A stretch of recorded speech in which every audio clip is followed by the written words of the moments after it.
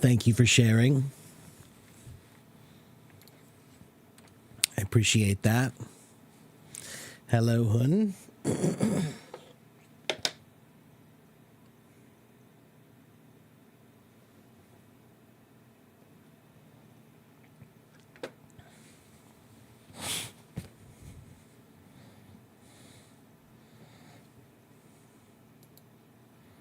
How's everyone doing?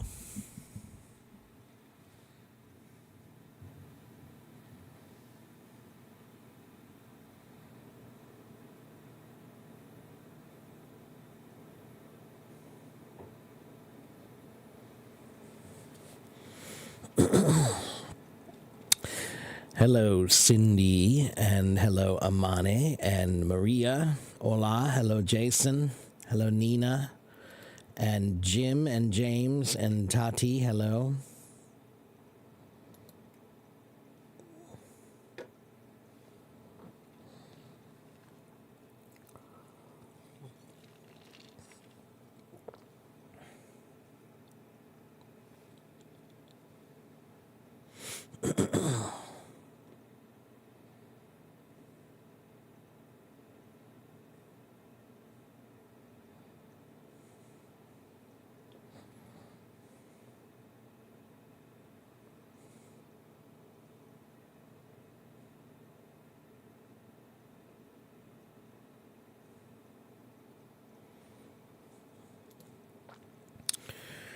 It is March 7th, 2025, and it is now 10:07 a.m.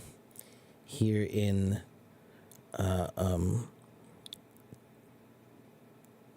the city of average loveliness, Cincinnati, Ohio. And it is English Q&A session. Clay could not be here today. He's feeling a little bit under the weather, so he will not be here today.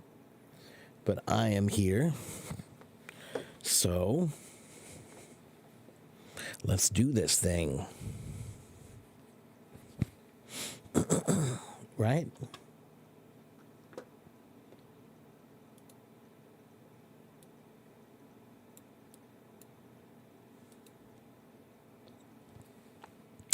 What does that mean? Under the weather? What does under the weather mean?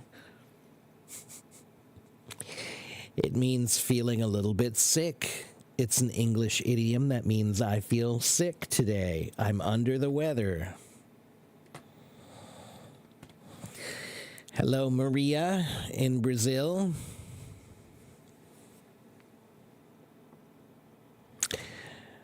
Alyssa is under the weather too. I hope you feel better today, Alyssa.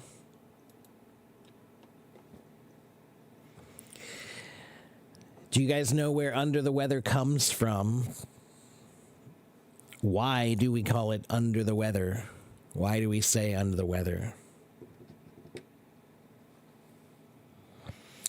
So this one is another idiom that comes from boats and ships. So if you were a sailor on a boat a long time ago, you're working on the ship and you're out in the ocean and there's a big storm and there's a lot of rain and wind and it's cold and you are sick. So if you are sick, the captain will tell you to get out from under the weather. To get out from under, which means right now the weather is coming down on you. You are under it. It's coming down on you. That's not good when you're sick, right? If you're sick and you have a cold, for the rain to come down on you, that's not good. So he tells you to go under the boat, inside, where you have a covering, so that you are not wet. So that's where under the weather comes from. Many, many, many English idioms come from boats and sailing.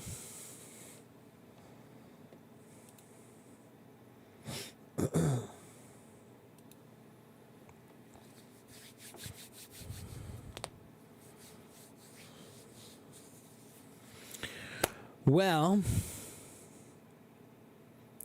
if you have questions, you can ask me questions. If you want me to, I can teach you about more idioms. We can talk about more interesting idioms and where they've come from. Or if you've got questions about grammar or reading or writing or listening or speaking or past tense, present perfect, whatever, things like that. We can work on some stuff. If you have questions would be good. Today is called question and answer session, so that means you are supposed to have questions, and I'm supposed to have answers.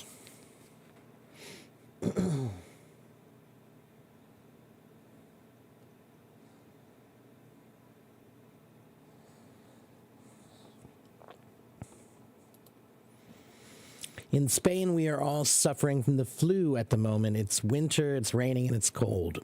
Yeah. We're almost into spring here now, Maria. It's still a little cold, but I think next week it should be warm.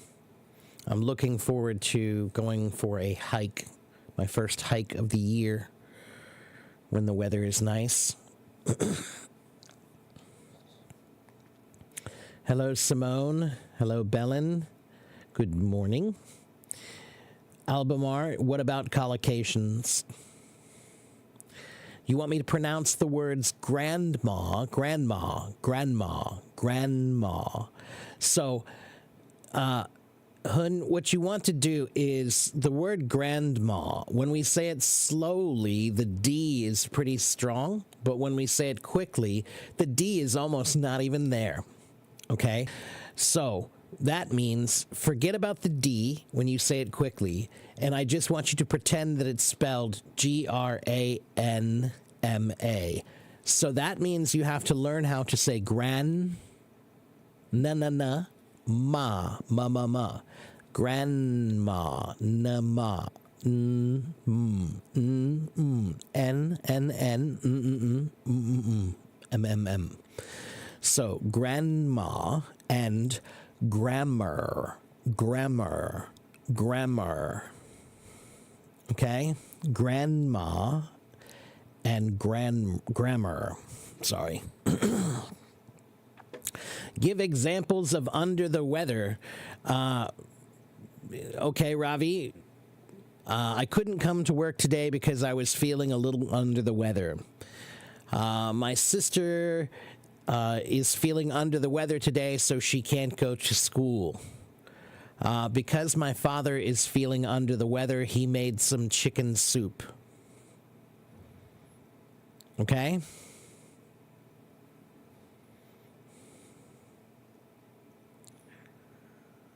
Is what ready, Belen? What are we asking?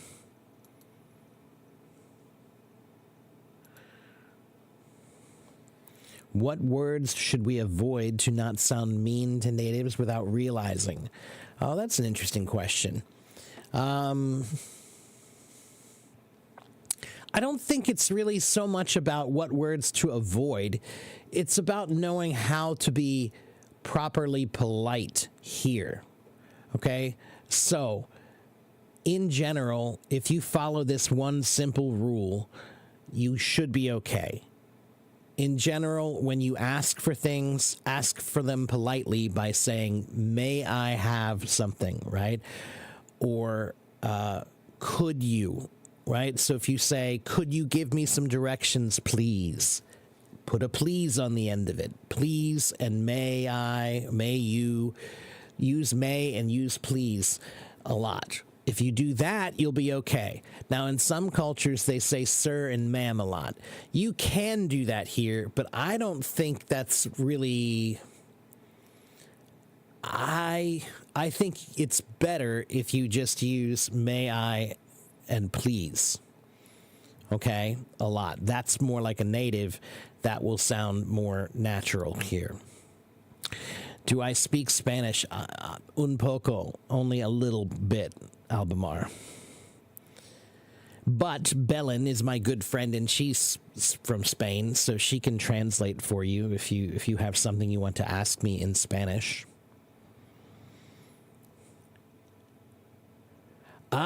A canoe. We say canoe. C-A-N-O-E. Is that right? I think so. It's been such a long time since I've used that word. Yeah, I was right. It didn't look right. You know, sometimes you spell a word and it just doesn't look right. But it's in English, American English, we spell it canoe. C-A-N-O-E. Canoe. To go canoeing. Yeah, I prefer kayaking, but canoes are good too. Yeah, and it's a U sound. Yeah, canoe. To go canoeing. Kayaking and canoeing. Yeah. Yeah, I know. It's English. I think the word canoe comes from Native American language, some Native American language. Let's find out. I'm pretty sure that's where it comes from. Canoe comes from, the Spanish canoa. It's a word used by Columbus, which was from the Haitian language, Arakan. They had the word canoa. No, I don't know how to pronounce it. C-A-N-A-O-U-A. Canoa. Something like that. So that word was an early Haitian language before French, and then or Creole, and then it was Spanish, and then it was English.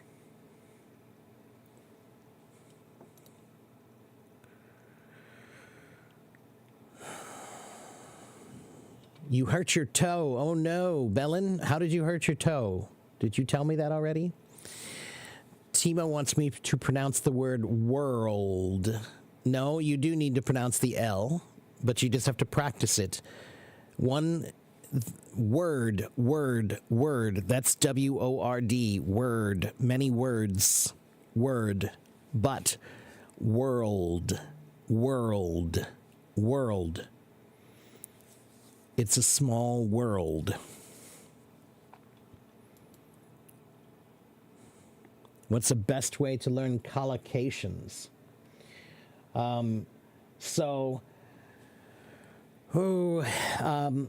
general, the best way to learn collocations is just practice. Okay, I don't want to say memorization, but memorizing and practicing together is the best way. So what do we mean with collocations? Collocations are word combinations, right? Like natural word combinations. Things like heavy rain, fast food, strong coffee, stuff like that. Those are collocations, okay? Instead of saying do a decision, you say make a decision, right? So those are collocations. And again, collocations are kind of like idioms and kind of like phrasal verbs. You really just need to learn them. I mean, there is no real trick or secret to them, unfortunately. So you should just choose a few that you want to try to use and learn every week, but you should also use ChatGPT to create some collocations exercises for you. Guys, I don't know if you know this or not, but guess what? ChatGPT can make homework for you, right? So you can tell ChatGPT, create a PDF file that has collocation exercises for me, and it will. And you can download it and print it out and do it as many times as you want. Make your own homework. Okay, so that's the best way to do it, is have ChatGPT make a bunch of exercises for you. And keep them creative, keep them new, and do them a few times. I promise you'll get them after a very short time. Once you hear them enough, you'll know them. Okay? But to be honest with you, even if you use the wrong collocation, it's not the end of the world. Okay?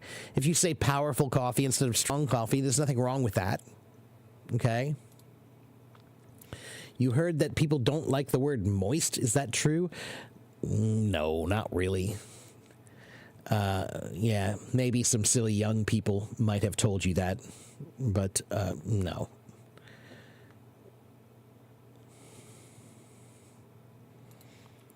Anybody who's afraid of the word moist needs to grow up.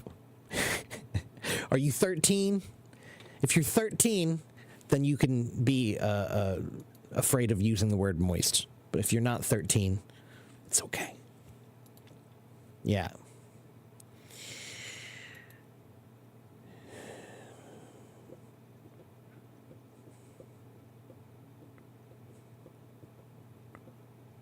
Okay, let's see. You went to the podiatrist. Oh no. So they were supposed to be helping you and they hurt you, and that's not good. Hello, Lynn. Hello, Tessia. Thank you.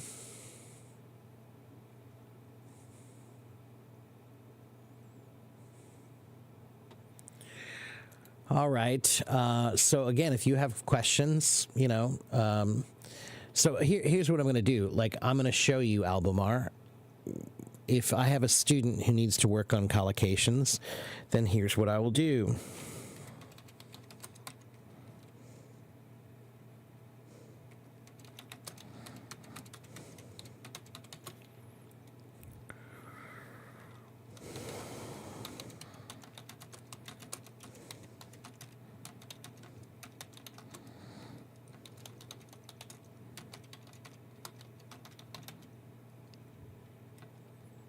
Whoops.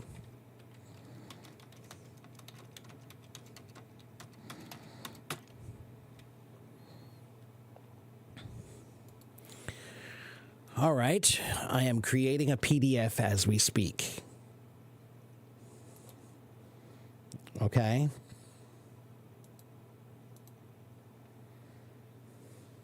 Ro, do you have a question?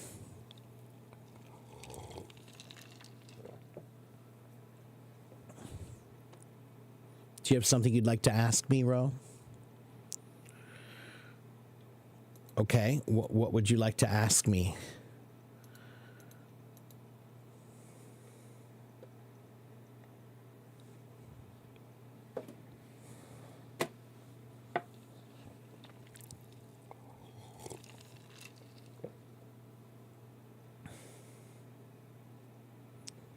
Hello, Edgar. Good to see you again. How are you? Hola. All right, it's almost finished, I think, making the PDF. It takes a few minutes to make a PDF, but if you just ask it to make exercises, it can do that right away. But if you ask it to make a PDF, it takes a few minutes to process. But it's working. I have to make a bunch of these, actually, so it's okay. You can ask me to make as many PDFs as you want because I have to make lots of these for my website. So let's take a look and see what did it make for us today. Desktop. Save.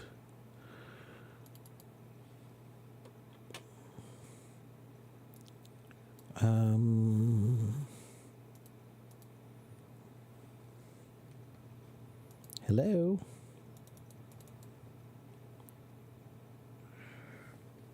There we go. All right, so let's practice some collocations right now. Again, I'm waiting for your question, Ro. Which method is better? Which method is better? What method? You mean which method is better to learn English? If you mean what's the best way to learn English, the best way to learn English is every way to learn English, okay? I know you want me to give you a simple answer. You want me to say reading or watching TV and movies or grammar. But no, if you want to learn English the best, then you should learn from every way possible. Why would you want to limit the way you learn? Learning is not something that you should try to limit based on efficiency. Learning is something that you should try to consider it like you need to see every angle of this problem. So the person who sees more angles is going to learn more. Okay? The person who sees more angles is going to learn more. So stop looking for a shortcut, because there are no shortcuts to wisdom. There are no shortcuts to knowledge. So think about it more like a diamond, okay? The angles of a diamond are called facets. And the more facets a diamond has, the more expensive it usually is, because it has more angles, right? It's more valuable. So the same thing is true with knowledge. The more angles that you can see a problem from, the more valuable your knowledge is. Okay? So let's take a look and see about my collocation exercises, and we can practice them together.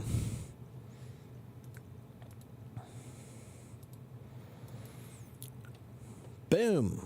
Look at that. Is that big enough, guys?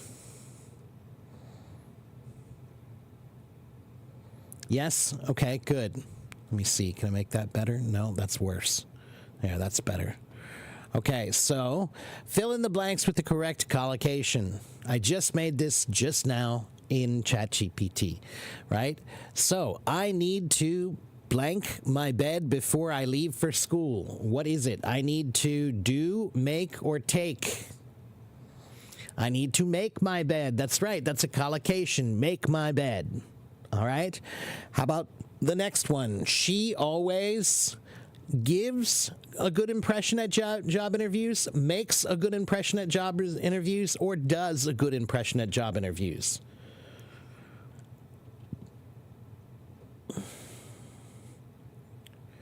So some people are saying A and some people are saying B, and I think that this is one where you could say either A or B. B is the most common answer, to make a good impression. Okay, but give a good impression is also used, so you can use either one. She always makes a good impression at job interviews, or she always gives a good impression at job interviews. Okay? Both are common. All right, but makes is actually the more common one, believe it or not. You should make a good impression. You need to make a good impression. Okay? Give is what we use when we talk about someone, if they did or didn't make a good impression, then I will say they didn't give me a good impression. Okay? So, but no, yes, you could say gave, but in this case, Raham, the choices are only these. We're not this exercise is not to practice various forms of these words. This exercise is just to choose A, B, or C. Okay, so let's go to the next one. He gave a speech at the conference last week. He did a speech at the conference last week, or he made a speech at the conference last week. Gave. That's right, gave. He gave a speech. Okay, to give a speech. Now, if you said he made a speech at the conference last week, you can say that, and we do, and it's actually somewhat of a colloquial way to say something, but it means something different. If I say he gave a speech, that's a formal speech where someone asked you to come on stage and you have a microphone and there are lights on you and everybody knows what's going to happen. But if someone says, hey, we don't like that guy because he's always making speeches. Making speeches, that means this is a guy who comes in and he's always telling you what he thinks you should or shouldn't be doing, or what he thinks is or isn't right. He'll come in and say, well, did you know that back in 1925 they made a law that says that this is wrong and this is wrong and this is wrong, and that's why you should do this, and Martin Luther King believed this, and blah, blah, blah. And he's making speeches. Okay, so giving a speech is the formal version of standing in front of people and telling people something about a topic. That's to give a speech. But if someone says, he's making a speech. He made a speech at the conference last week. That, to me, would actually mean this is a guy who was in a group of people, and they're all hanging out and talking, and suddenly he's telling them something that they were not interested in hearing. That's making a speech. Okay? Or it could even be the literal meaning of making a speech, which means to write. Okay? Not commonly used, though. We would usually say write. Okay, let's go to the next one. Number 4. Number 4, please do your homework before watching TV, make your homework before watching TV, or give your homework before watching TV. Do, that's right. Yeah, please do your homework before watching TV, right? So these are collocations, everyone. Number 5, we should take a decision soon about travel plans. We should make a decision soon about travel plans, or we should do a decision soon about travel plans. Make a decision. Right. Now, let me ask a question. Do you guys think this is hard? Is that hard? No, that's not hard. That's pretty easy, right? So, if you want to learn collocations, ask ChatGPT or DeepSeek or whatever you use to make 5 or 6 or 7 worksheets just like that one for you. And then do them 1 or 2 or 3 times. So if you have 5 worksheets, 5 different worksheets about collocations, and you make 3 copies of each of them, now you have 15 exercises. If you do those 15 exercises, I'm pretty sure you'll remember collocations. And it won't take you that long. It will not take you that long. Each one of these should take you between 5 to 15 minutes to finish. Okay, if you make a worksheet, it shouldn't take you more than 5 to 15 minutes to finish. Okay? So, collocations. How can you learn them? That's how. Okay? Make some simple exercises that you can repeat easily, and then you'll know them. Okay? It's not that hard. Okay? And again, that's the beauty of the world we live in now. You used to have to find a workbook that had worksheets in them, or you had to download some PDFs off the internet and maybe pay some money for them. But now you actually can ask ChatGPT just to make homework for you. And you can ask it to make exactly the homework you need. Right? Whatever you need to work on, ask it to make something for you to practice that thing. Okay? And Bellin, you can make it funny too. Right? So let's see. Let me try something.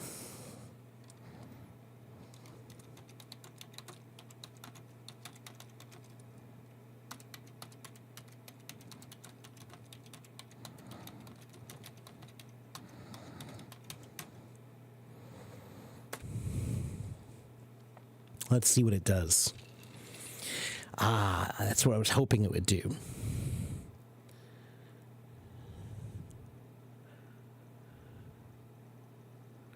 Okay, let's see.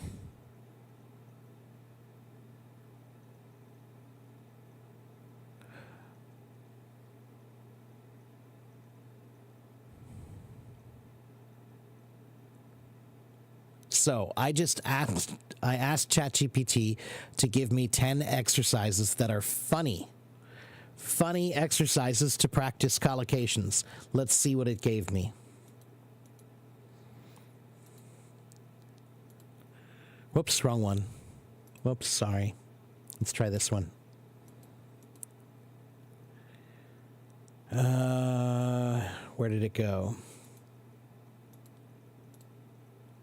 There. Okay, so 10 funny and engaging exercises to practice English collocations. I can't speak today. Mad Libs. This is an old game that we used to play where you have to fill in the blanks with words or choose a word, and they can be funny sometimes. So with Mad Libs, when you fill in the blanks, we used to do it 2 ways. we could fill in the blanks with a real answer that makes sense. Sure, we can do that. We can choose an adjective or a noun or a verb that's normal. But then we would also choose some funny ones and then read the story with the funny word in there. And it's weird. It's funny. That's fun, right? That's Mad Libs. So yesterday I decided to do or make a cake, but I accidentally take it to my dog in a shower instead. So yesterday I decided to make a cake, but I accidentally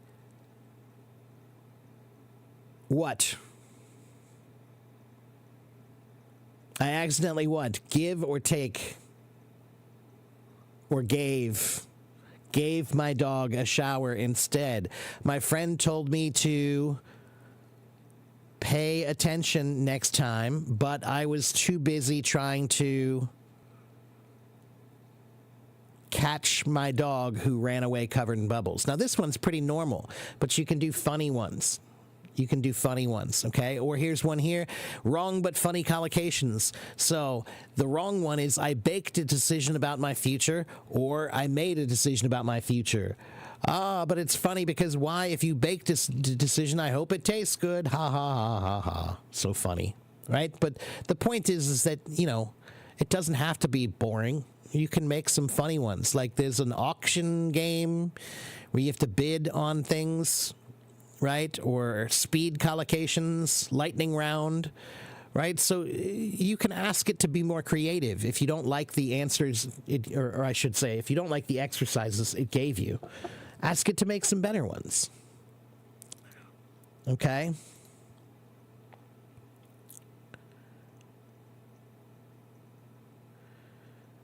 You watched my videos on YouTube and you liked them? Okay, good. I'm glad.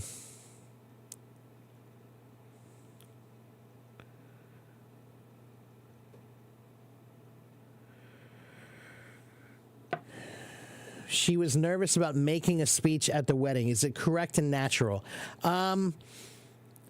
Technically, in that case, it should be giving a speech at the wedding. You can say making, and it's not wrong, but give would be the more common word to use there. For the reason I said, that when you say make a speech, sometimes it has a different meaning than give a speech. Give a speech is a formal, everybody knows that it's going to happen. Everybody's expecting it to happen. Everybody's going to be watching. That's to give a speech. Okay? And yes, you can know them by how they sound. That's what I mean. The more you practice them, then you just remember them by how they sound. Yeah. Okay?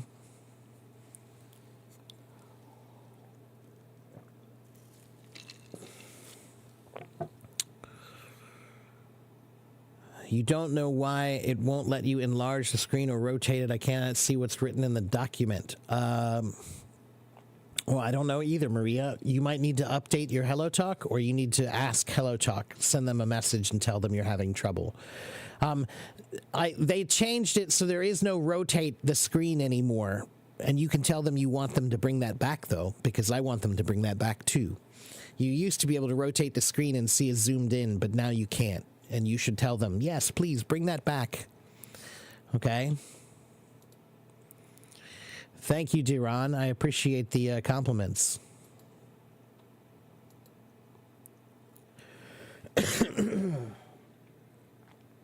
How to identify when to use gerunds or infinitives? Well, that depends.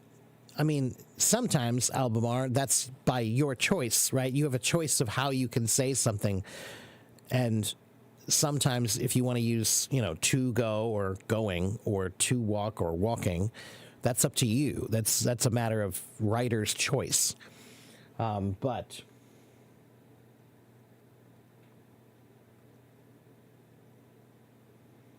let's see.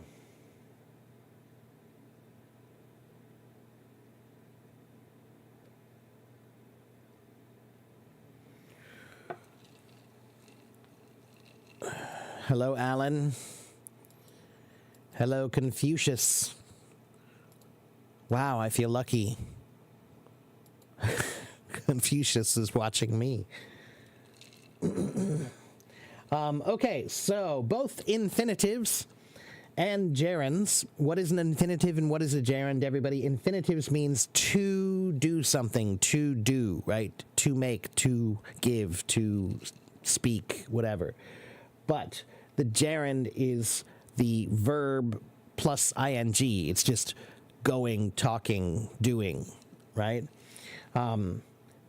But they're used in different ways, right? So again, you can choose what you want to use when you write. But if you're trying to answer a question, then you do need to know which one to use.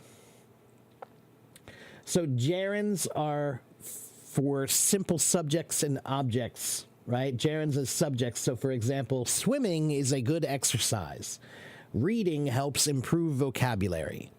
Okay, so in that case, you're talking about a simple subject. Swimming, reading, right? So in that case, it would be weird to say to swim is a good exercise or to read is whatever. That's weird. So just using simple ing in that form when you're talking about a simple topic, all right? And you also use gerunds when you're talking about certain verbs. Certain verbs must be followed by a gerund. So, for example, I enjoy playing the guitar. Okay, I enjoy to play the guitar. It makes sense, but it's not what we use. Okay, so I enjoy playing the guitar. I enjoy playing the piano. Okay. I enjoy listening to music. You don't usually say I enjoy to listen to music, right? She avoids talking to strangers. She avoids talking to strangers. So, in this case, there are certain words, certain verbs where you have to follow them by a gerund, okay? They admitted cheating on the test, to admit cheating. Okay? So words like enjoy, okay? I enjoy eating. Or avoid doing. I avoid doing chores. Or admit cheating. Or admit lying. Right? So there are some that are like that. Here, let me pull this up so you can see it. And again, I can explain this to you all day long, but you can also ask ChatGPT to explain it for you. Let's see. What happened? Where did it go?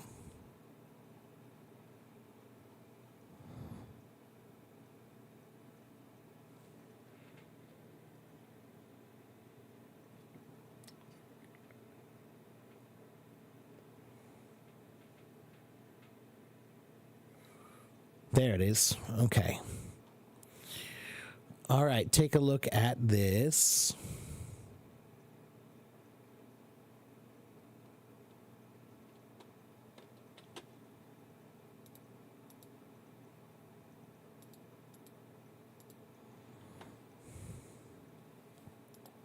Let me see if I can make it bigger for you guys. Okay, so we have gerunds as subjects. Okay, gerunds as subjects. So swimming is good exercise. Reading helps improve vocabulary, right? So you usually want to use a gerund when you're talking about a simple subject like swimming or reading. Okay, gerunds as objects. I enjoy playing the guitar. She avoids talking to strangers. They admitted cheating on the test. So certain verbs are usually followed by a gerund. Okay. And here are some more of them. Enjoy, avoid, admit, consider, suggest. These are all verbs that are followed by gerunds. Okay? Most of the time. And then here, infinitives are used after certain verbs, right? So, for example, to leave, to learn, to help. Okay? He decided to leave early. He wants to learn Spanish. They agreed to help us.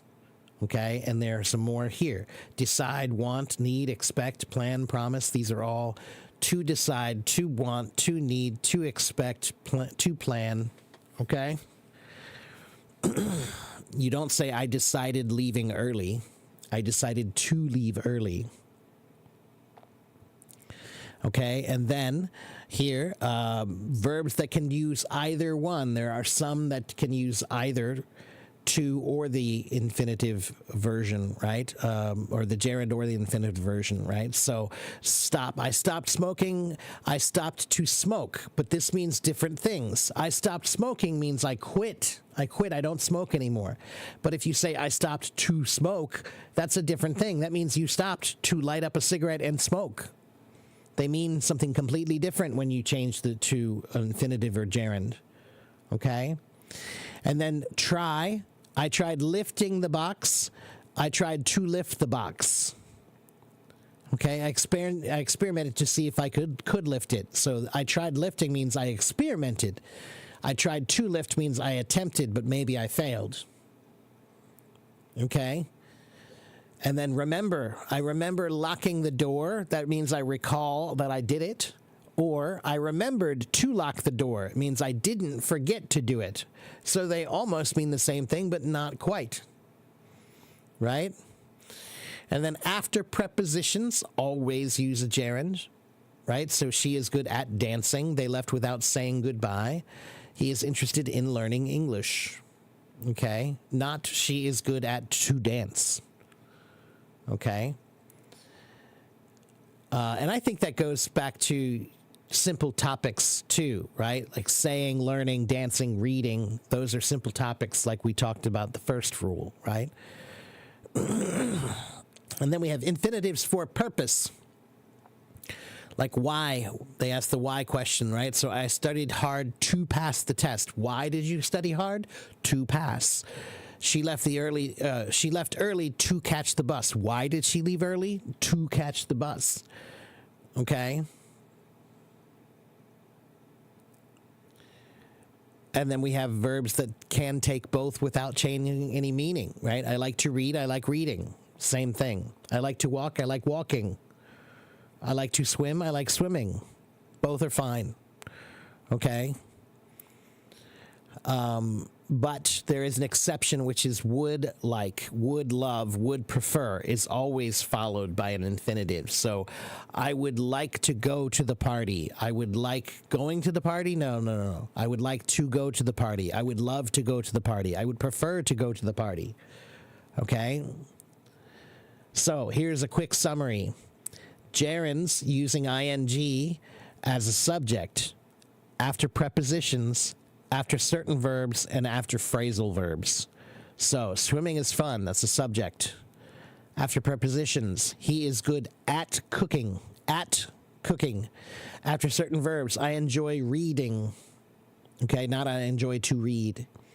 And then, phrasal verbs, she gave up smoking, to give up. Or infinitives, you use them after certain verbs. He wants to go, right? To go, or to express purpose. I study to pass. Why do you study? To pass, right? If it asks the question why. After adjectives, it's difficult to understand. Okay, so the adjective difficult to understand, right? Why is it difficult? It explains it also again. And after would, like, love, and prefer. I would like to leave. I would love to leave. I would prefer to leave. Okay?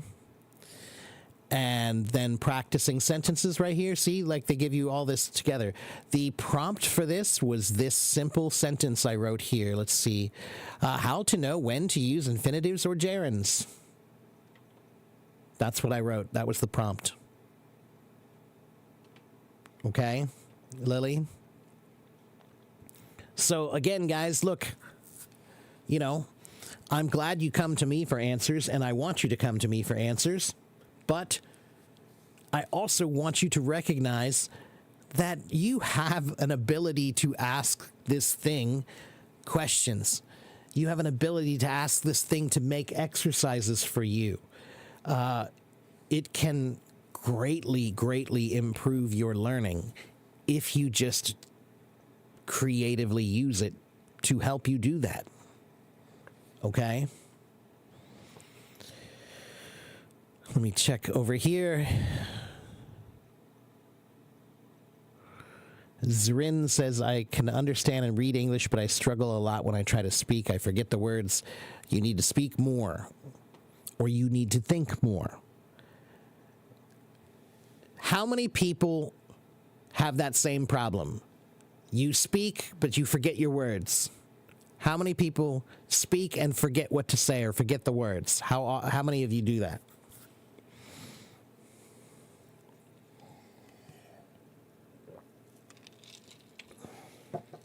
Okay, a bunch of you, right? Right. So, you must use English more if that's happening to you. So how can you use English more? How? There are two ways in this case. Well, yeah, there are two ways.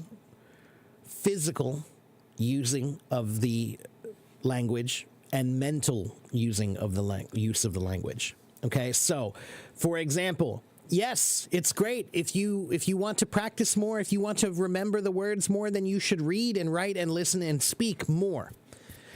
But you live in China, but you live in Turkey, but you live in Russia. You can't speak with people all the time, right? In English. So, what can you do? Then you need to think in English. You forget the words because you don't spend enough time with the words. You don't spend enough time with the words because you only spend time with the words when you're speaking. So spend more time with the words, with reading, writing, listening, and speaking. But most importantly, spend more time with the words thinking.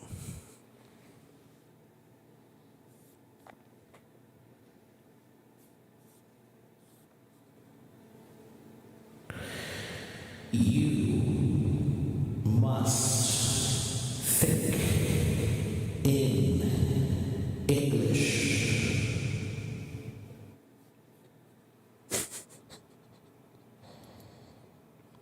That's why you forget. Because you don't spend enough time with the words. And you don't spend enough time with the words because you don't think in English. Okay?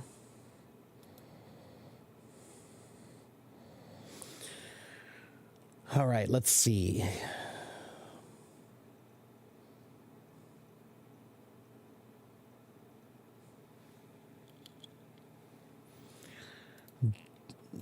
Thank you for the endorsement of my videos, Duran. Hello, Daya.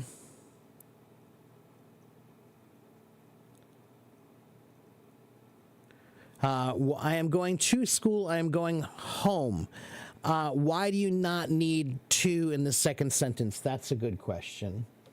Wait a minute. I'll get you your explanation here in 1 second.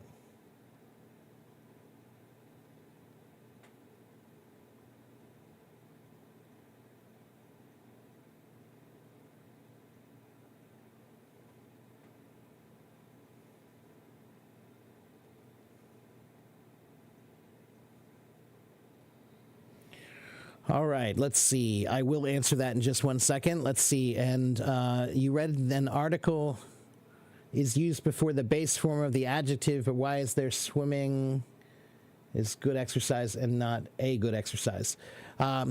Because swimming can be used in a general term, as a general term or a specific term. That's the difference between them.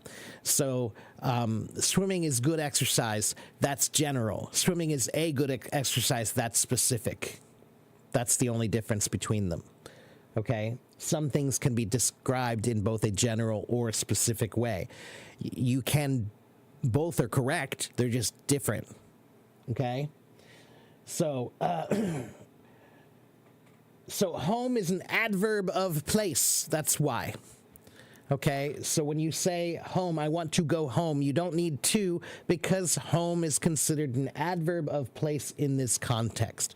Okay, it's not a noun, it's an adverb of place. So, home describes a direction of movement right? When we say I'm going home, right, that's talking about a direction toward your home, okay? If you say I'm going to my home, now that's different, okay? That's a place, that's a noun. Okay, so that's the reason why. It's because home in this case is an adverb of place, not a noun, and that's why it doesn't need a to. Okay. Let's see. Hello, Galina. Hello, Svetlana. I look younger than before. How? I don't know.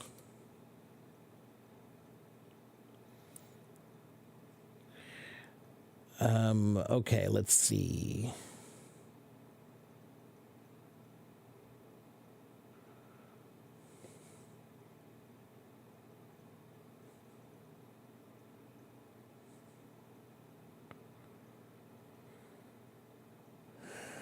I want to think in Spanish too and English at the same time.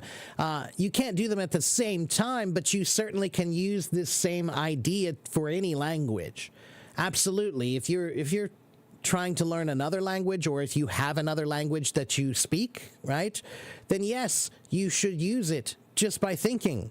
So, 1 week when you go to the store to buy food, if you go to the market, use English to think about that. Right? Then the next time you go to the market, think in Spanish, right? Just practice using different languages when you do different things. Ibrahim, you can't understand when others speak because you're listening to the wrong people. Listen to people who speak well. You can understand me right now. I'm sure you can. So that means you can understand people who speak well. You are listening to people who don't speak well. In general, you don't use the article because, again, it's an adverb of place. Can I tell you something about IELTS writing test? I can't tell you too much in detail, but Bilal, if you go to my website, on my website there are many websites, there are links for you to go work on your writing, IELTS reading, IELTS listening, whatever. It's all on my website, so go to my website.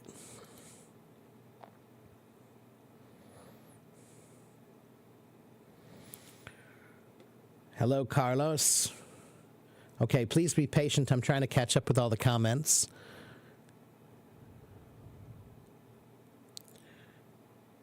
You are welcome, Maria. Thank you for your kindness and loyalty as well.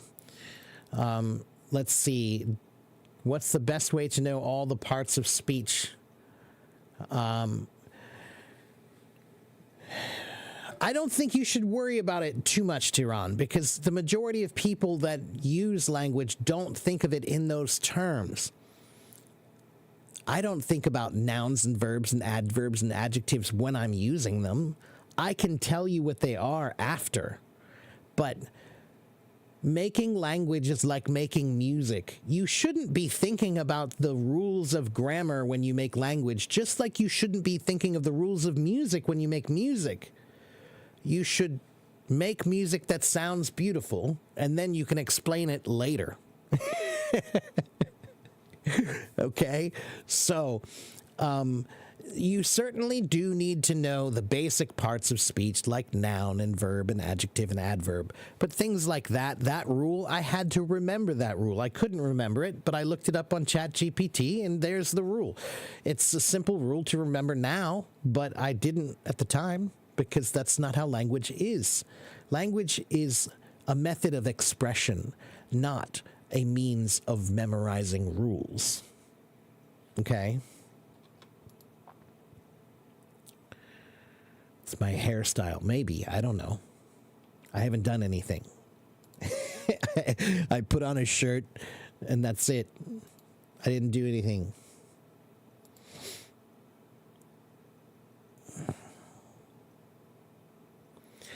Diego, there's no delay. The delay is because I'm answering questions that are coming from before, and it takes me a little while, right? So by the time I answer that question, then many people answer, or they ask more. So then there becomes a delay, but it's only because it's hard to answer questions from 100 people, Diego. Okay? So please be patient. That's why I said be patient.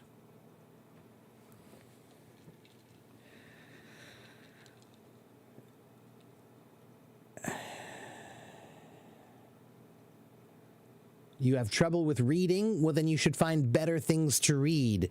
Again, use ChatGPT. Ask ChatGPT to write some fun, interesting short stories for you at your level. So if you're at A1, ask it to write A1 reading. If you're at A2, ask it to write A2 reading. If you want to read something more difficult, then ask it to write a C1 level short story for you to read. Okay?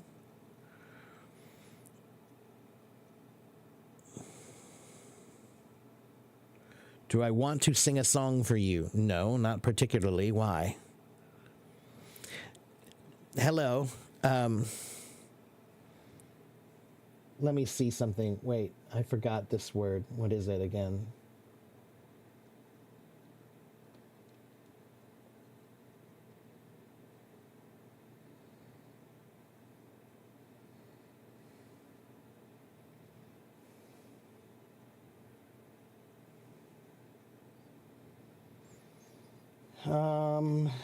What would I say that?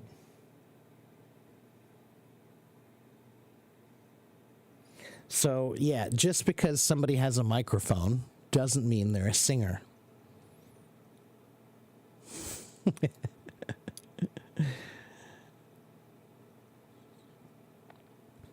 Am I currently on a diet? I am, kind of. I'm on a diet, but then, then I get hungry and I forget that I'm on a diet. So, yeah, I am on a diet, but it'll get a lot better once the weather gets nice and I can go outside and do some exercise. What's the meaning of life for me, Mona? I heard a quote a long time ago that I always liked, and I think it's really a good way to look at the meaning of life. The meaning of life. People ask, what's the meaning of life? The meaning of life is to give life meaning. The meaning of life is to give meaning to life.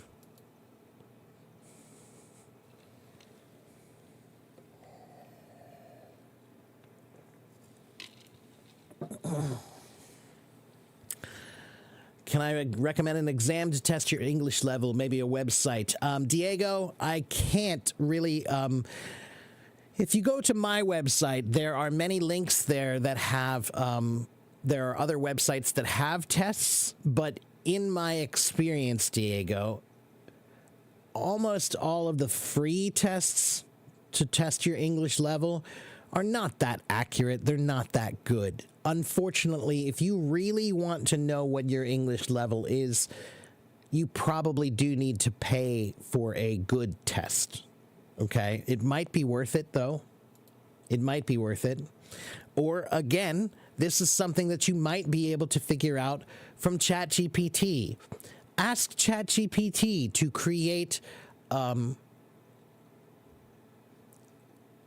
if you really want to know your level, then ask ChatGPT to make a test for you. It can be 100 questions or it can be 1,000 questions. If you do a question, if you do a test that is 1,000 questions, and then ask ChatGPT to please look at the answers to my test and tell me what is my English level. If you answered 1,000 questions, it will definitely be able to tell you what your level is and what your problems are. Okay? If you do 100 questions, it should be able to give you an idea, but it won't be super accurate. Okay? If you really want a test to be accurate, it has to ask a lot of questions. Okay? The drum kit behind me is because I am a drummer.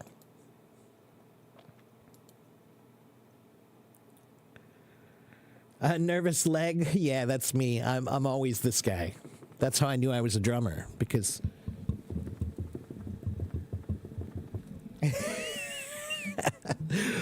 That's how I lose weight without going anywhere.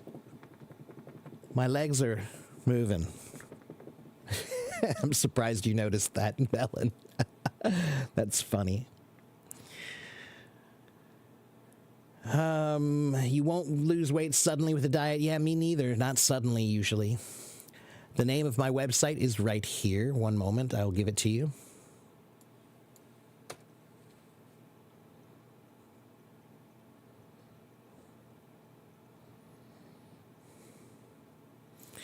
Ask what? Ask ChatGPT. How to test your speaking level. That's a little trickier, but again, actually, ChatGPT should be able to give you some idea even with that, because it can now speak to you as well, right? But the truth is, a speaking test is going to be something that you really need to test with a real person. You need to have a real person there to help you with that, okay? You can buy a lesson from me, and I will test you, and I'll tell you your level. Okay? My hair is different today? No, it's not. I didn't do anything different.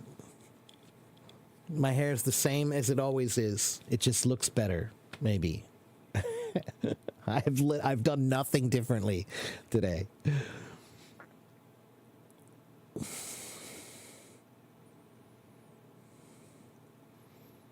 How can you practice speaking? Well, you can try to find native speakers to speak with and speak with them. If you can't find a native speaker, then find non-native speakers, other people in Iran. Practice with them. Just because they're not a native doesn't mean it's not good practice. They might have a better accent than you. They might know more vocabulary than you. So if you practice with other non-natives, other people from your country who also want to practice their English, that's good practice. You can teach someone. Find somebody who knows nothing and then teach them English. That's great practice. Fantastic practice. Teaching someone. And then finally, if you can't find a native speaker and you can't find a non-native speaker and you can't find someone to teach, then talk to yourself, talk to the wall, talk to the TV, talk to your dog, talk to your cat, talk to your bird, talk to the mirror. Okay, talk to the spider in the corner on the wall. Just talk. Okay? How can you attend my classes? Well, if you mean my live streams, then you're attending them right now. Follow me and you should get notifications for all my events. But you can go to my website and subscribe, and you can see my schedule on my website as well. Okay? What's my advice for beginning musicians? Well, that's an interesting question. My advice for a beginning musician is to remember that every musician, their instrument is really their ear. Their ears, that's your instrument. Listening is the most important skill. If you don't listen well, you can't make good music. So I wish someone would have told me that earlier. I had to learn that after 30 years. So, and listen, get a good teacher. If you can find a good teacher, teachers make life better. They help you get there faster. They're guides for the road of learning, right? So get a teacher, and listen to great music, and then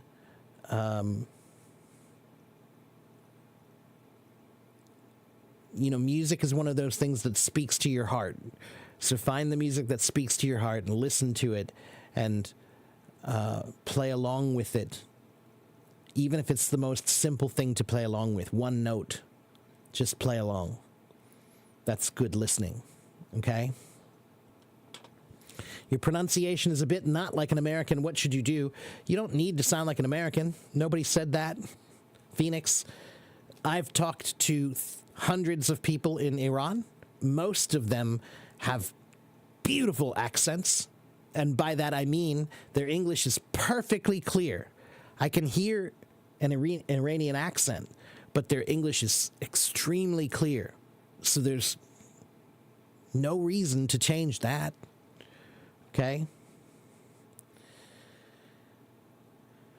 ChatGPT, it's hard to control the answers, and lots of times they change the answers. They're not accurate or they're wrong.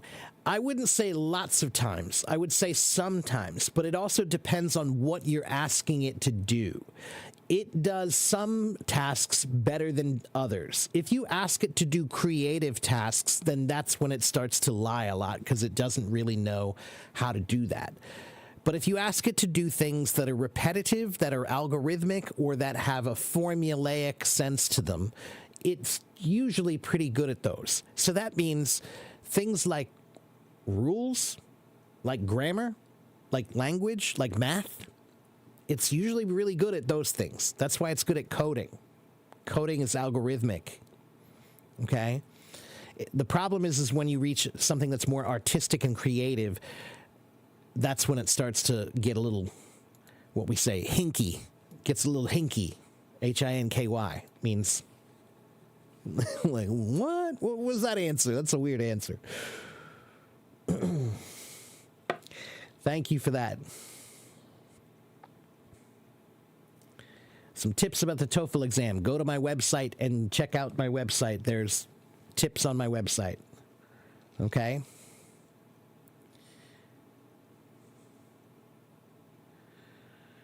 Where can you find a spider? They're there. You just have to look. What do I think about learning from songs? Learning from songs can be good, Nada.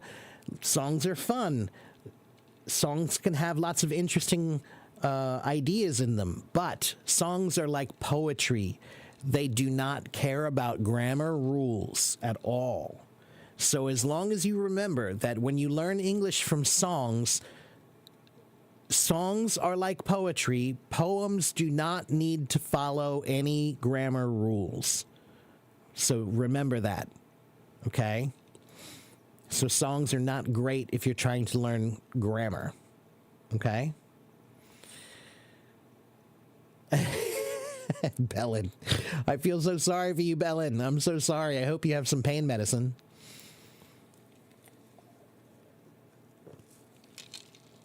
Am I fluent for real? Are you talking about me? Am I fluent in what? English? Is anybody fluent in English? Nobody's really fluent in English. Nobody's really fluent in any language, to be honest with you. What's the difference between a vendetta and revenge? To some people, and in many situations, nothing. Vendetta is the Italian word for it.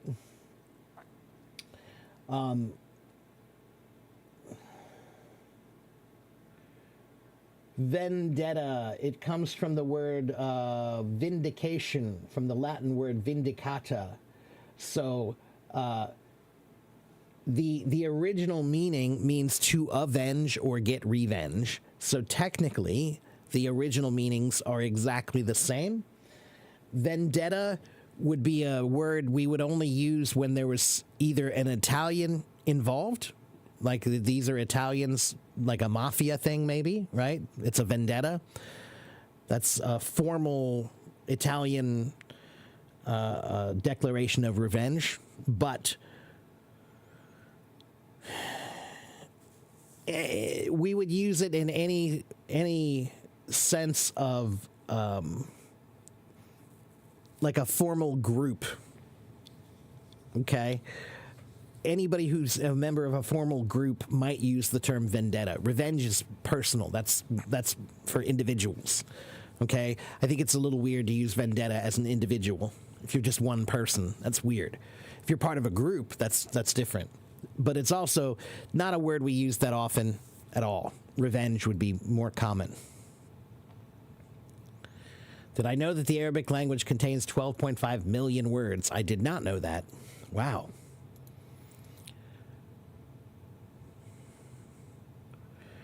I agree about practicing English with ambition and don't worry about mistakes. I do agree about that. You have problems with stress words. What should you do about that in words? Conversation, you think the stress falls in the third syllable. Don't worry about it that much, Phoenix. Don't worry about it, okay? Conversation. You think it comes on the third syllable? So conversation. I don't have a problem with that. As opposed to what? Conversation, conversation, or conversation, or conversation. I'll tell you what, Phoenix. Do a search online for Christopher Walken. Walken. He's a famous American actor, and he's famous because of his voice, and he puts the accent on weird places in the words and in the sentences. It's not wrong. So, if you're at that level, Phoenix, where you're worried about that, then you're at an advanced level, and you shouldn't worry so much. Your worry will become a problem. Okay? If you worry too much, that's a problem too. Okay, so don't think about this stuff too much, because you'll worry too much, and that's a much bigger problem than if you make a wrong, stress point. Okay? Hinky, that's correct. Have a good one, Daya. Hinky, H-I-N-K. It's a slang term that just means weird, not good, not consistent, strange behavior of some kind.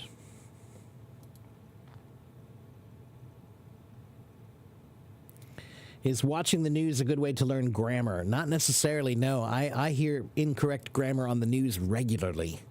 It's kind of shocking. Thank you, Phoenix. Okay, I'm trying to catch up with all these comments, everybody. So sorry, but it's hard to read all of these. What about the Pi app? Is it great for... I have no idea. I've never used it. Christopher Walken. W-A-L-K-E-E... I'm sorry. W-A-L-K, walk, E-N. E-N. Like the word walk and then E-N. What kind of music do I like? There are only two kinds of music, good music and the other kind. That's a quote from Duke Ellington, famous jazz musician from America. There are only two kinds of music, good music and the other kind. I like good music. There are only two kinds of food, good food and the other kind. I like good food. Can you use agreement and consensus interchangeably, Crystal? Agreement is a much more common word, and it's a much more general term. Consensus is a much more formal term, and I think it's less general. Okay? A consensus would be an official agreement between a group of people, but agreement could just be between two people. I don't think I would use consensus with just two people. I think that would be weird. Let me check. I want to see something.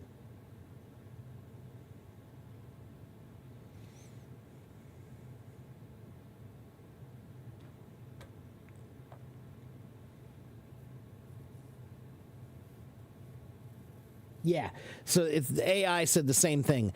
Consensus and agreement mean generally the same thing, but consensus suggests it's a group of people. We have come to a consensus means we, a group, okay? So agreement would just be individuals, or it could be a group of people, or it could be two people. Consensus is almost always going to be a group of people, and usually an official, some kind of an official group, okay?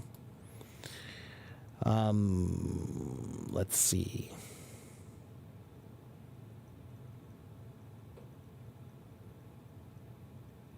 Hello, Kansin. Hello, Kevin.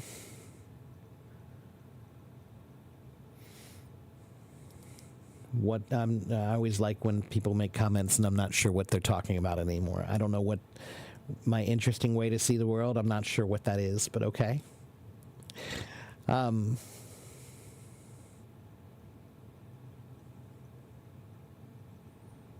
Oh, I think you mean about two kinds, right? That's a famous quote from Duke Ellington. He's a famous American jazz composer, jazz musician. And yeah, it's a good way to look at things. Delicious. There's another way to say it. I love to say this about food. Every culture has a word that means delicious. So what that means is what kind of food do I like? I like delicious food. So every culture has delicious food. That's the food I like. Every culture has a word that means delicious. So they probably have something yummy, right?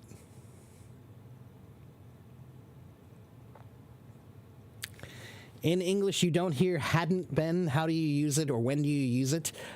So hadn't been.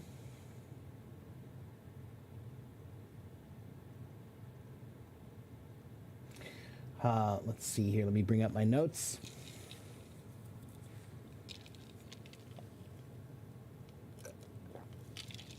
Hadn't been is to talk about something that has happened in the past and continued up until another point, right? So, so we're talking about past perfect, right? So that means it happened in the past. So now we have the present right here. The present is right here. And then there's something that happened in the past back here. But then the thing that happened in the past, it stopped at this point. So the present is here. The past is, there's something that started in the past and it also finished in the past. That's what we're talking about here. Hadn't been, okay? So, for example, she hadn't been to the beach before. Okay, she hadn't been to the beach before what? Before she moved to Florida. Okay, so before she moved to Florida, she hadn't been to the beach. She went to the beach this time, and now we have the present. So we have three things in the past, right? Okay, or I should say two things in the past, one thing in the present, sorry. Okay, so another example of hadn't been. If I hadn't been there, he might have gotten away with it. If I hadn't been there. Okay, so we're talking about something that happened in the past, and then you were there in the past, and then stopped it in the past, and now we have the present. Okay, so we have past event A, which is the first event, past event B, which is the second event, and then the present. Okay? What are the most commonly used phrasal verbs? Christian, that is a very good question to ask ChatGPT. Ask ChatGPT and ask it to organize them based on the verbs, right? So do all the words that have get, like get in, get on, get out, get through, get over, get into. Then do all the ones with take in, take out, take through, take over, right? Do them like that. But ask ChatGPT. That's a perfect question to ask ChatGPT, okay?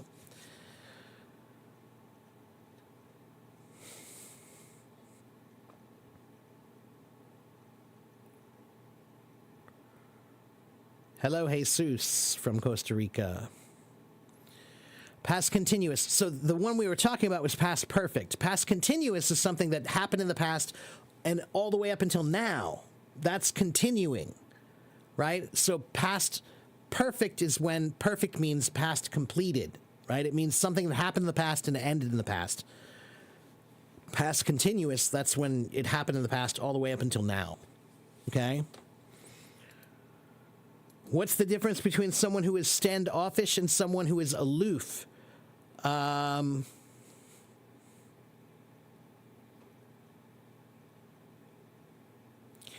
I think the difference is standoffish is more aggressive, aloof is more passive, right? So if you ask an aloof person a question, they might just innocently pretend they didn't hear you. Okay, that's aloof. But standoffish would be more like you ask someone a question, they see that you asked them, but you didn't answer. You deliberately didn't answer. You look at them and you say, I can see you want me to answer that question, but I'm not going to answer that question. That would be standoffish. Okay, standoffish means Let me show you something. Hold on.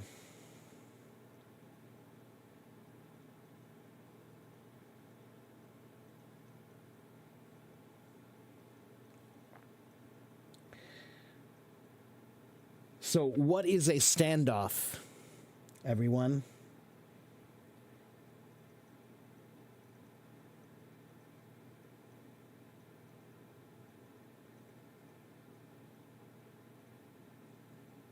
To hold aloof. Well, that's interesting.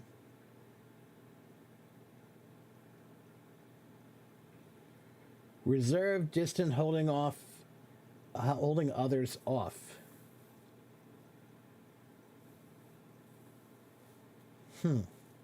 One moment.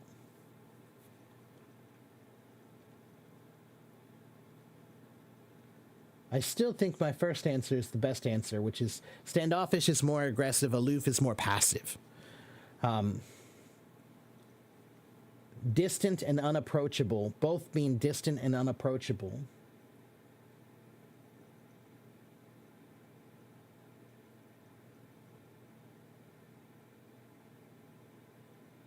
So, yeah, I think aloof, sometimes these mean the same thing, aloof and standoffish, but sometimes aloof is more like a passive thing where you don't really mean to be rude, you just are not listening, you're not paying attention.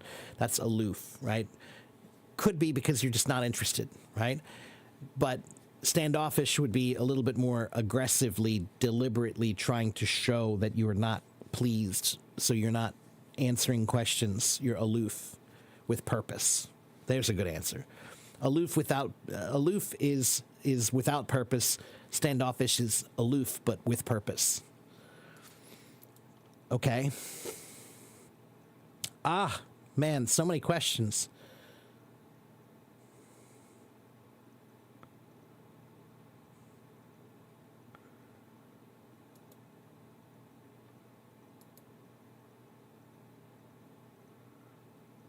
What's the difference between chastise and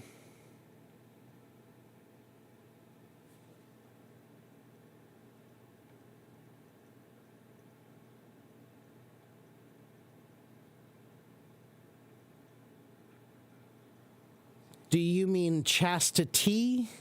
Chastise is a word, but the last word you have there, chastitize, I don't believe that's a word. Maybe you mean chastity? To chastise someone means to formally reprimand or talk down to or tell someone they did something wrong. You know, to chastise them for their behavior, to chastise them for their answer. Yeah. Hello, Chloe.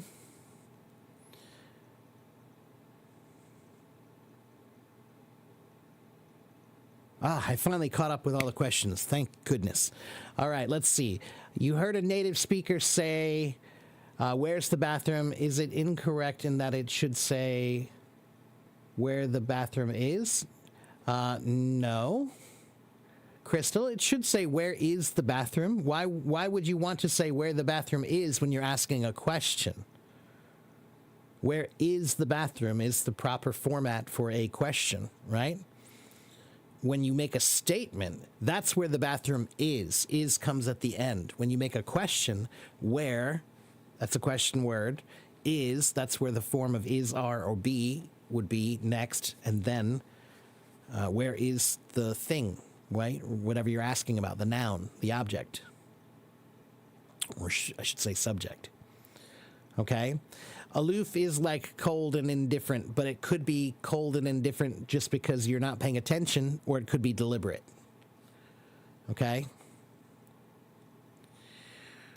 All right. Maybe I can ask you questions. Why would I ask you questions? I'm the teacher. You're supposed to ask me questions, Kenson. But it has been an hour and a half. It's almost time for me to go. Before I do, though, let me make sure I give you guys my website. Go to my website. Follow my website. Here is linktr.ee/AFIEC English. If you go to my website, you will find everything you need to study English there. Okay, and you don't have to pay me money, but you do have to give me your email. That's it. Just give me your email, sign up, subscribe. Okay?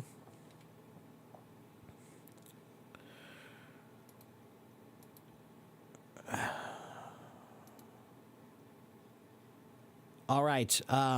And if you are new, how many of you are new? How many of you are new?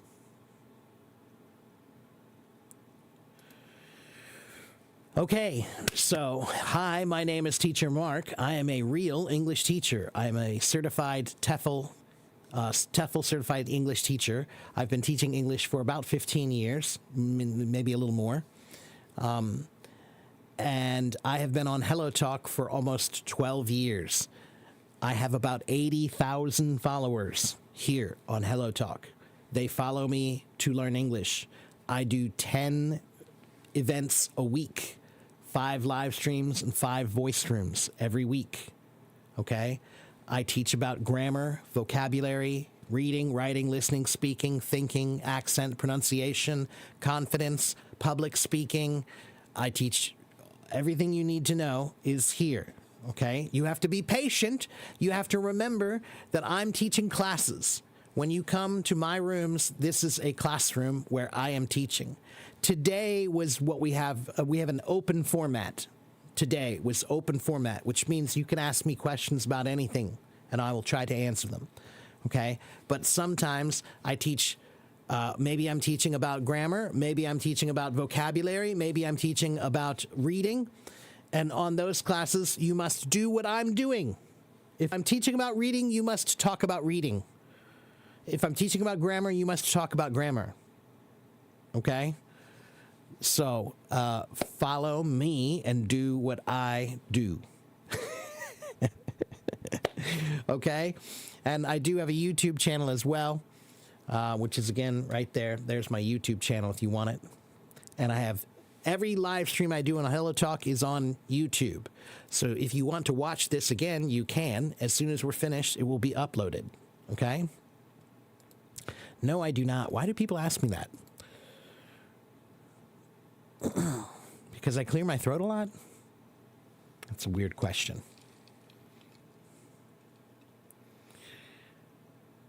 How do you know when to use other and another? Other is used for different things. Okay, so if you have 2 phones, I have this phone and the other phone, my other phone. It's a different one, right? So, but another means one more, right? So if you have one phone and you buy another phone, that's one more. So another means one more. Other means different. Okay?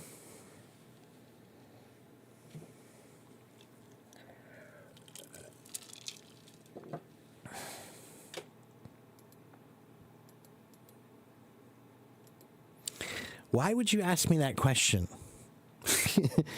That's a weird question. Isn't it? Am I wrong? That feels like a weird question. Somebody the other day asked me, do I prefer cigarettes or cigars? What a weird question. Have I been to Istanbul? No, but I would love to go. As a drummer, all drummers around the world want to go to Istanbul because that's where some of the greatest cymbals are made in the world. I would love to go to Istanbul sometime.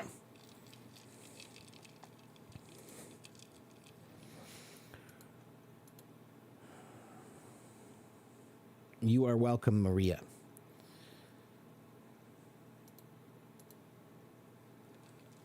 Yeah, so look, Oksana.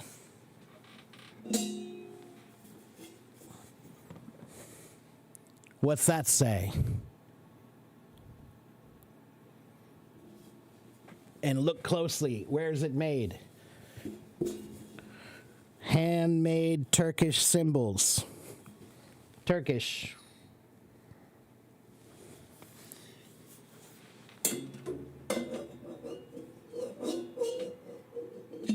And this one This one is from the Zildjian family.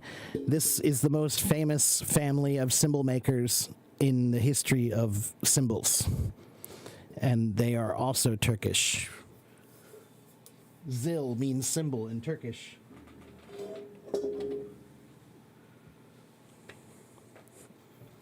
Yeah.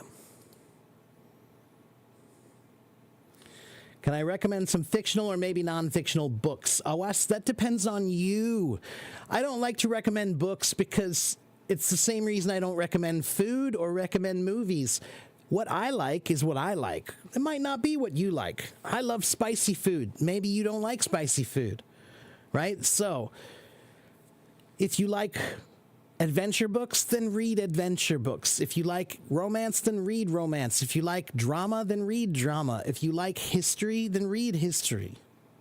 Honestly, that's really the best advice I can give you. Read what you like. Okay? You can't always like what you read, but you can try as often as possible. Right? There are times in life when you must read things that you don't like, that you don't want to read. But when you can read for pleasure, then you should try to read what you want to read. Right? I've been to and I've been. I've been to always refers to a place. Let me think about that to make sure. Yeah. I've been to always refers to a place, but I've been could refer to a place. It could refer to a feeling. It could refer to an emotion. I've been sad. I've been happy. I've been sleeping. Okay?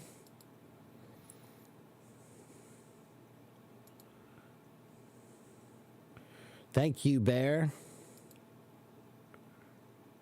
What do you call it when you have a problem in writing sentences? Is it a grammatical error or vocabulary?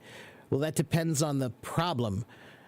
When you write sentences, you could have grammar errors, grammatical errors, and vocabulary errors. Depends on how you used it. Grammar refers to things like sentence structure and tense and form of the words, right? The proper form of the words, singular and plural, and punctuation. Those are things about grammar. Vocabulary would be using the wrong word at the wrong time, or maybe not having enough words to know how to say something at all. Okay? How can a 7-year-old child improve spelling? Games for practicing spelling, 1, and phonics, 2. Okay? So there are many games to practice spelling online. If you just type in English spelling games for kids, you should find plenty. Okay? Thank you, Bellandier. Take care. Tell the family I said hello.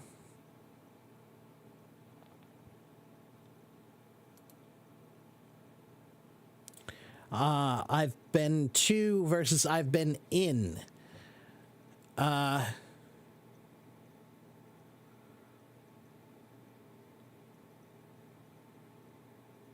me check that one more time. I'm sorry, I misread that. I've been to versus I've been in.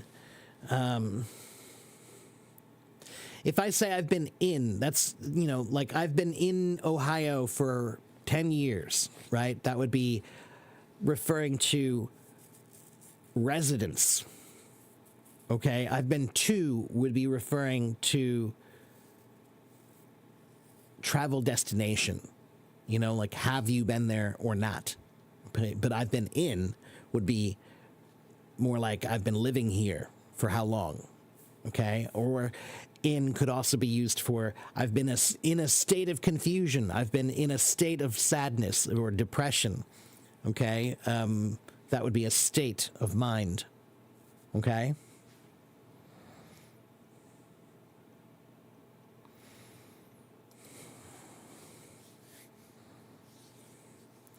Oksana, is it not correct to ask with who are you here with?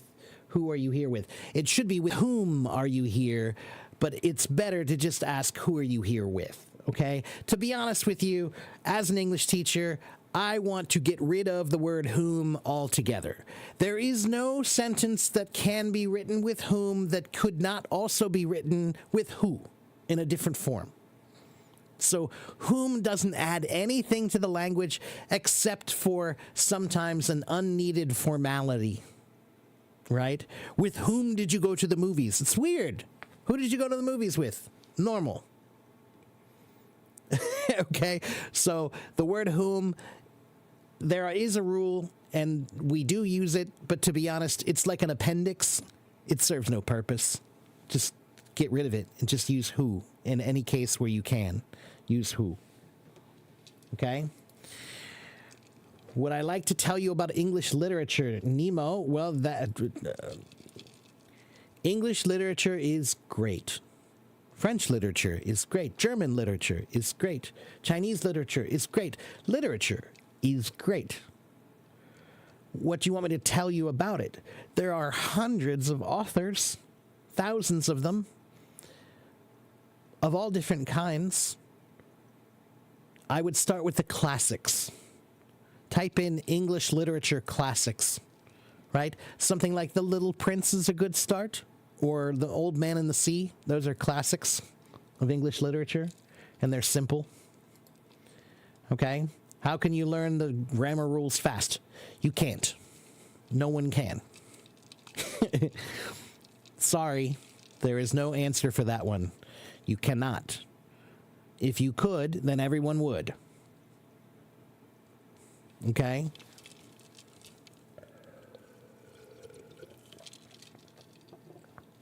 We live in an internet world, everybody. There are no shortcuts anymore.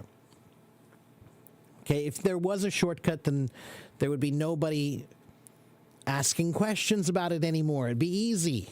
Everybody would do it that way. Okay? Grammar is hard. There is no easy way to learn grammar. You must do it the best way you can, which would be to get the best resources you can and to practice as much as you can. Okay? The old classic works. Yes, you can call them works. Yeah. The old classic works of literature. Yeah, we call them that. But we also just say the old classics. Just that is fine. I like the classics. That if you say I like the classics, in general, most people think that means you're talking about reading the classic English literature. Okay? A Man Called Ove is a good book to read for English learners. I didn't read that one, but I think I remember someone telling me about it. Okay, good recommendation then. You can try that one, everybody. How to think about everything in English. Dana, 明天如果你肚子饿，你需要想 I'm hungry. 明天如果你非常累，你需要想 I'm tired. 明天如果你去商店买东西，你需要想，不需要想我需要买什么东西，不需要，你需要想 I need to buy what? What do I need to buy? Okay, so 明天试试看想简单的英文 Okay?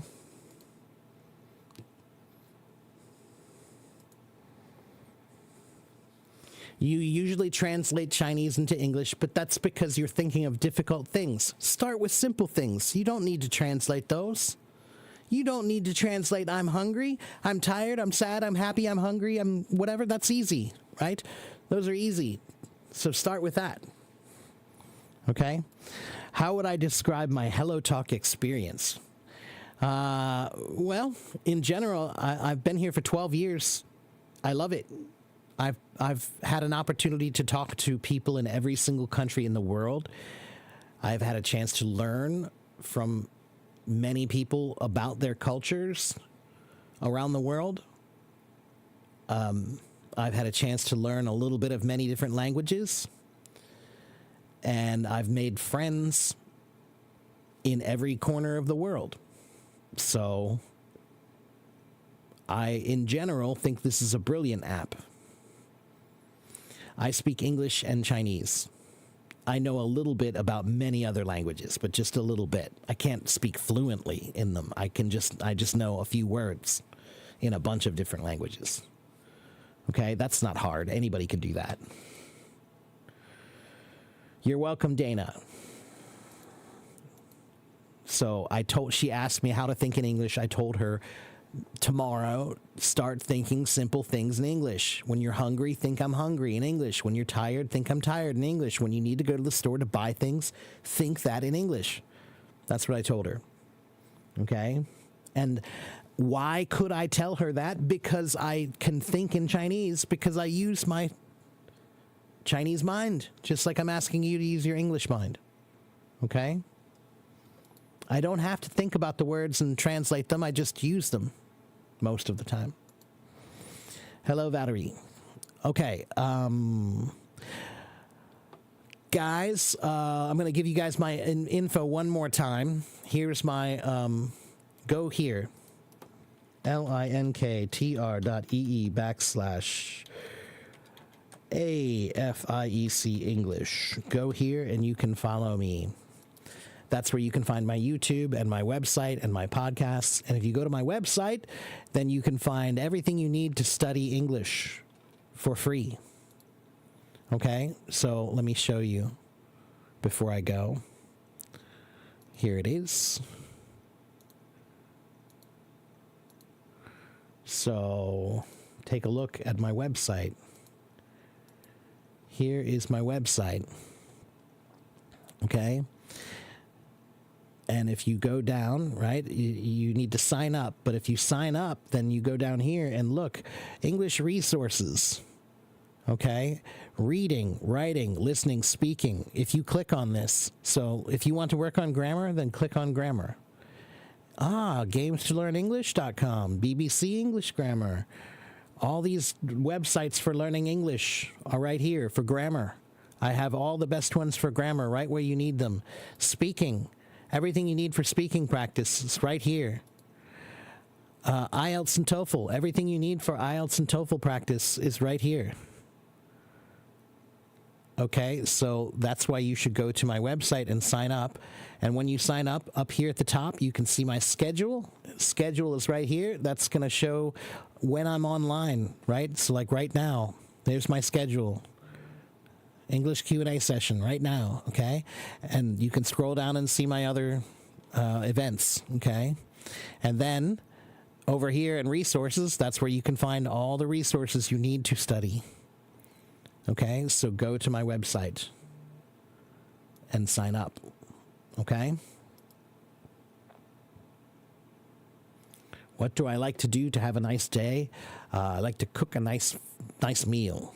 If I get a chance to make and cook a nice meal and eat a nice meal, then I'm happy. So, yes, that is that's not my website. That's a link that goes to my website. Yes, Dana. Go to that and you'll find my website. Okay? So, guys, I need to go. It's been an hour and 45 minutes I've been here, but I will be back tomorrow. I do 5 live streams and 5 voice rooms every week. Okay? So, I will be back tomorrow for a voice room. All right, so make sure you join and follow. And please remember, like, share, follow, comment, like, share, follow, comment, like, share, follow, comment. I read every comment. Every single comment that is written, I have read it. I don't have time to reply to all of them, but I read every comment that you make on my posts. Okay, so if you made a comment, I read it. I promise. Okay? All right, guys, like, share, follow, comment, and have a good morning, have a good afternoon, have a good evening. I will see you guys mañana. That means tomorrow. Okay? I'll see you guys tomorrow. Bye-bye.